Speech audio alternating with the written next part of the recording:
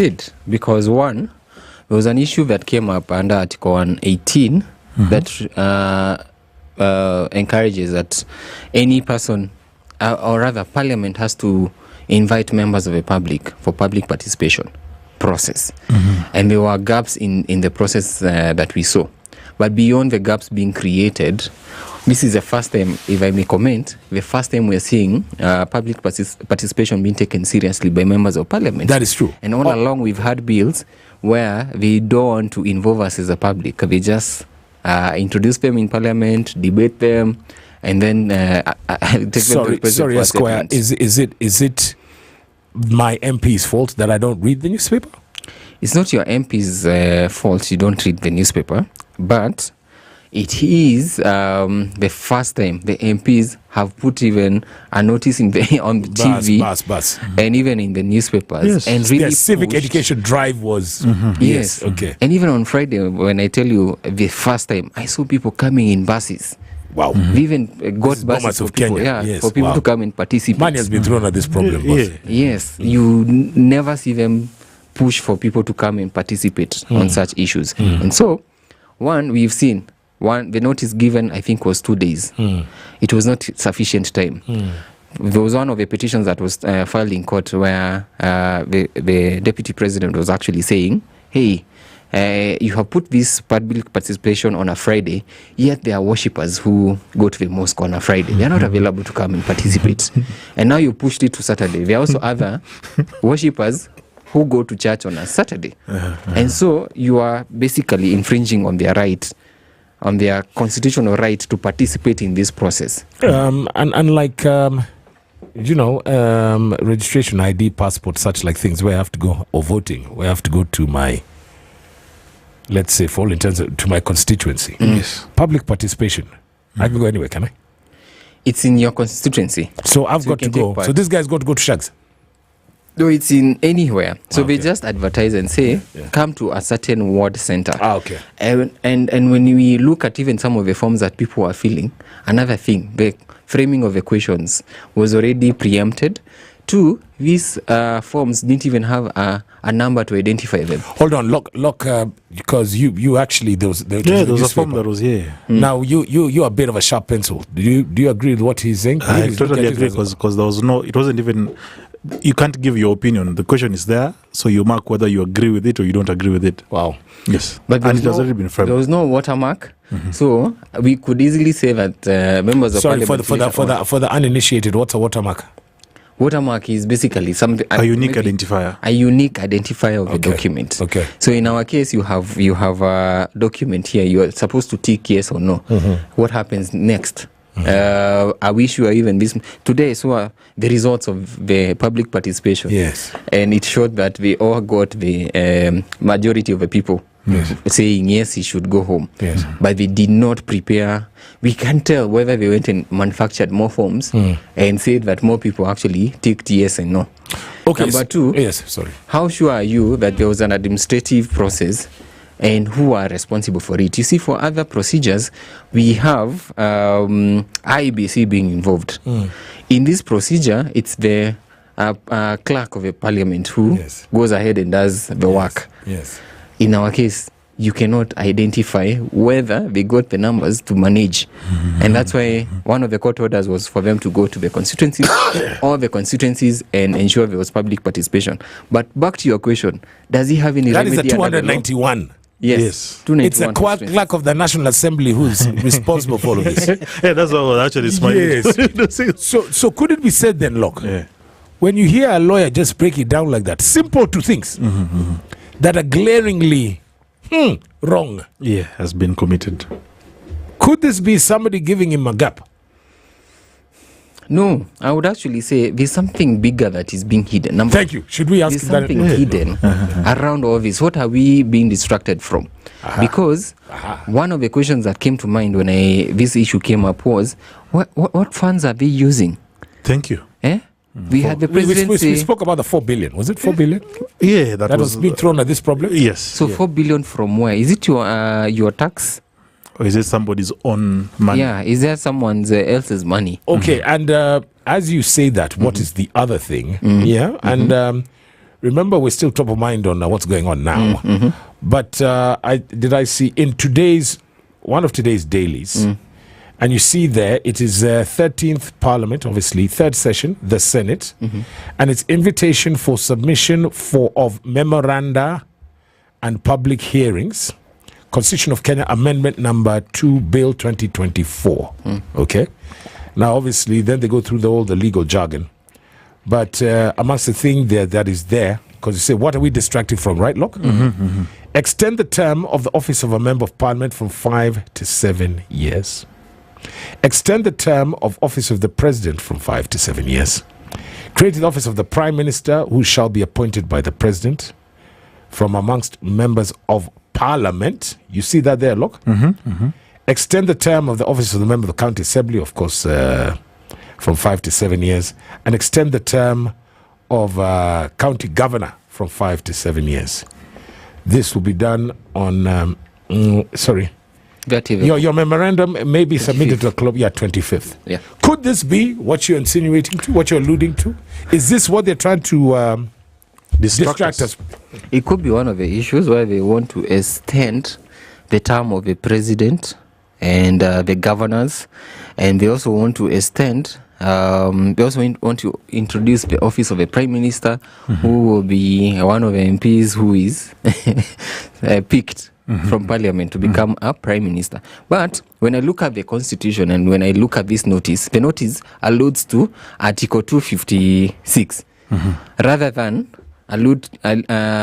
also capturing Article 255 on when can the constitution be amended. Under Article 255, a proposed amendment to the constitution shall be enacted in accordance with Article 256 and 250 and approved in accordance with Clause 2 by a referendum if the amendment relates to any of the following matters. So there shall be a referendum if it relates to the following issues. Number one of the issues that we have discussed is to do with expansion of the term of the MPs and also of the president and deputy. Yes. And so it is actually part of F, the term of the office of the president. Right. So that is one of them. The other one is to do with the objects, principles, and structure of devolved government. So if any amendment of the constitution has to touch on these issues, among these other issues listed under Article 255, then the constitution provides that it has to go through a referendum. Thank you. I wanted to go there. This is sub-article 3 of 255. It says an amendment to the constitution that does not relate to a matter specified in Clause 1 shall be enacted either by Parliament or by the people in Parliament. So it says if it does not involve, then it can go through Parliament.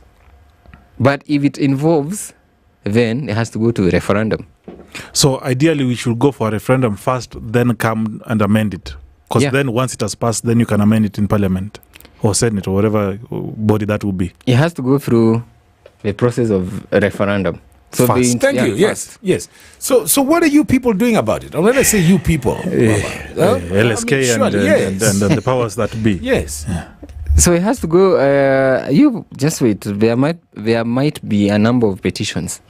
Yeah, before this date, where they're inviting us to Senate to discuss it on 25th, we might go to court and stop this process. So laymen like Lorc and I have obviously we noticed this one this morning, and then obviously we'll say is it called Adani? We'll mention yes, Adani, yes. But now let's go back because we were sidetracked. What else are they trying to shiny things? This could be the shiny thing. Lorc and I were discussing Wakili, and of course now those are like labor laws. We know in the previous regime, obviously the boss and the nanny were not getting along, but who cares? You know, me, I've got my allocation, I've got my office. She's got my press and PR team. Me kazi inaendelea. Whether you and we'll be meeting on those national days, my job is to introduce you. Rock on with the bar itself. Is the court process, because we talk about constitutional review, can we now, because this has become a bit too much, and clearly the way this 2010 constitution was structured, By then, State, can you just fire your vice? You can't also. So that's what we borrowed from them. Yeah. We took that from them. So that's the same. That's another thing we took from them. Yes. Aside from that county nonsense. Right? Is that not one thing that, look, you believe that these people should honestly change? When come as a ticket. The legal fraternity, yes. Come as a ticket. If you leave, if your DP leaves, you leave too. Okay, I was actually proposing the other one. That now, like, remember the old school way?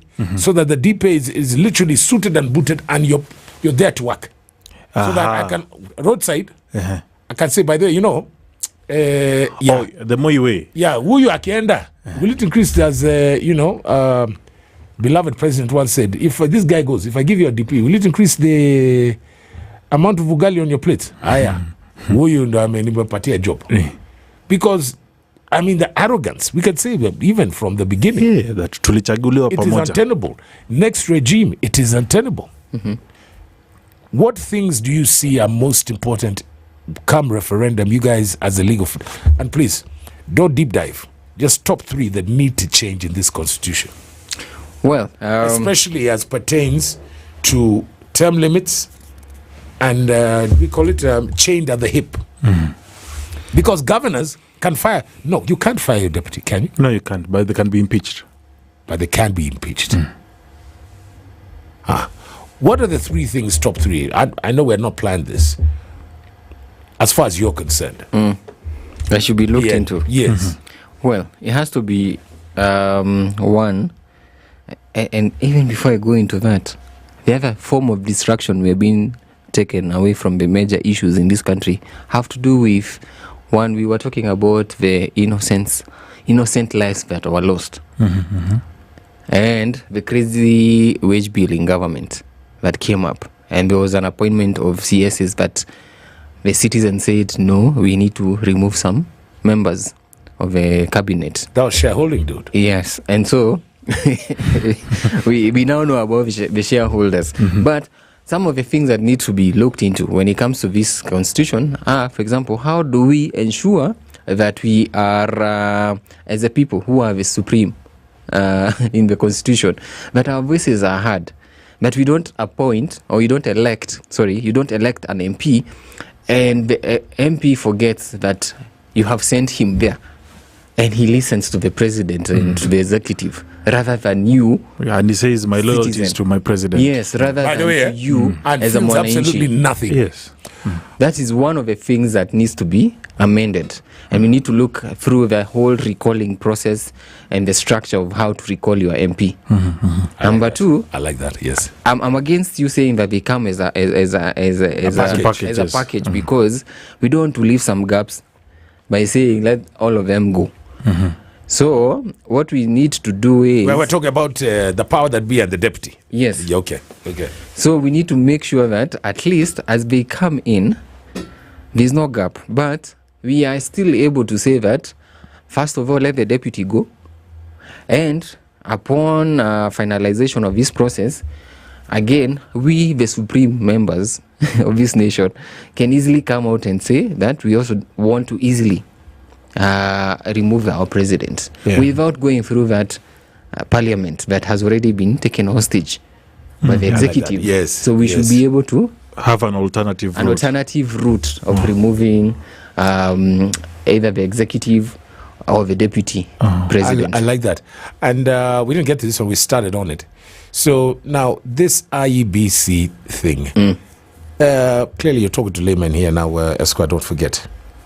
What is the shortest route to getting this committee that's been put in place? Its job is to do what? Because I'm assuming what we needed are commissioners. Because there's so many, I think 4 or 5 seats that are vacant. One is nominated. That one, forget that. Yeah. So, the Treasury guy was nominated. So, we need IBC in place to have those by-elections, right? We need the IBC to be fully constituted. That is commissioners. To go, the commissioners. What is the committee doing?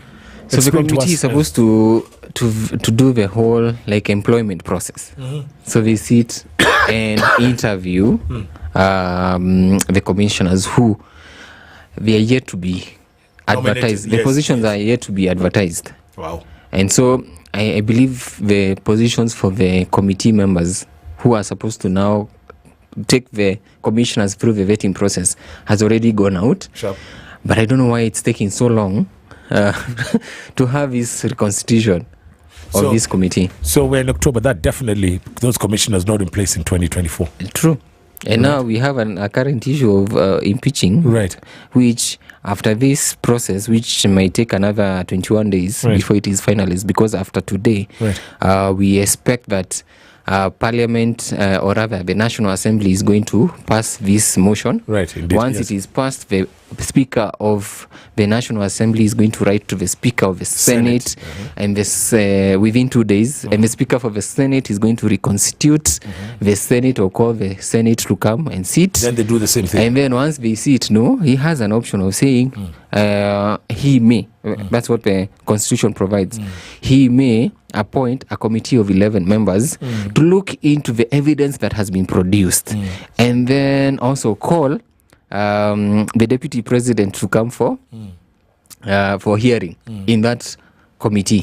Thank you for bringing that up, because today is Tuesday. These guys, they said that, Weta said last week, today we're going to sit until force fire. Yes, until the issue is solved. So then 2 days, that is Thursday. Yes. So you see this, maybe unfair, put you on the spot, bruv. So Kingi will deal with this by Sunday. So don't sit on the weekend. Because they are very determined. If today the motion is passed, by tomorrow, or by tomorrow morning as you wake up, Honorable Moses Wetangula, the Speaker of the National Assembly, you may see a letter to the Speaker of the Senate, Honorable Kingi, telling him constitute, and the following day, which will be on Thursday, which is a public holiday, of course, may not happen, but on Friday, the Senate might sit, or a committee may be constituted of members of the Senate, and maybe Monday, Tuesday next week, we have a whole hearing again before that committee. And after that hearing, where they listen to the Deputy President, then they are going to go for a debate in the Senate and debate and pass a motion. And they are the jury now. They are going to pass a motion whether they have found him guilty of a gross misconduct or not. Okay. And by the end of next week, we may not have a sitting deputy president. But he might rush to court. Thank you. That's why I get a clever lawyer. Okay, I get me my Ngugi Esquire, because one of the 11 charges, I know you've got to bounce. One of the 11 charges there, Lorc, we saw it, was him saying that, you know what, Kenya's a company, shareholders. Yes, shareholders. And he was very lucid about it last night. Can he use that as an example that, where Tat said this, can I come to you and then you'll defend me on the same that, yes, these guys, they wanted shares and they were given. What did I say wrong? It's just that I didn't sign anywhere. Them they signed. I believe that's what he's going to say today. Right. He even has the evidence. And the interesting thing about today's debate in the National Assembly is that when the members of Parliament were debating, they never produced any counter evidence. Like any other hearing, they are expected to come in with the documentation, because they're the ones who are accusing. He who alleges must prove. So they already alleged. I would have expected, because of the interview last night, him punching holes. Today morning, they would have come with searches of his companies to prove, yes, actually he owns these shares. Then they would be playing those video clips showing all this shareholding conversation that he did not answer. There's so much we can discuss. We'll do this post-mortem if needs be. Obviously, in the course of the week, you are available. We shall get you on the dial, my brother. Thank you so very much. I know you've got somewhere else to be. We could have spoken until the cows come home. You should have come at 3 p.m. Man. We highly I hope that we are now more lucid about this whole scenario. We are more aware, and all we can do is we got nothing but love for you. Lorc and I's very own in-house lawyer, partner, Ngugi Mburu advocate. He is advocate Eliud Ngugi Esquire himself. Wakili, sante sana. Drive safe. Thank you. Haraka ina nini kaka Blaza? Ina baraka. And one more time, your handles, bro. Wakili Ngugi on X, TikTok, Instagram, and Eliud Ngugi on LinkedIn. See you next week. Hopefully speak to you soon. Sharp, sharp.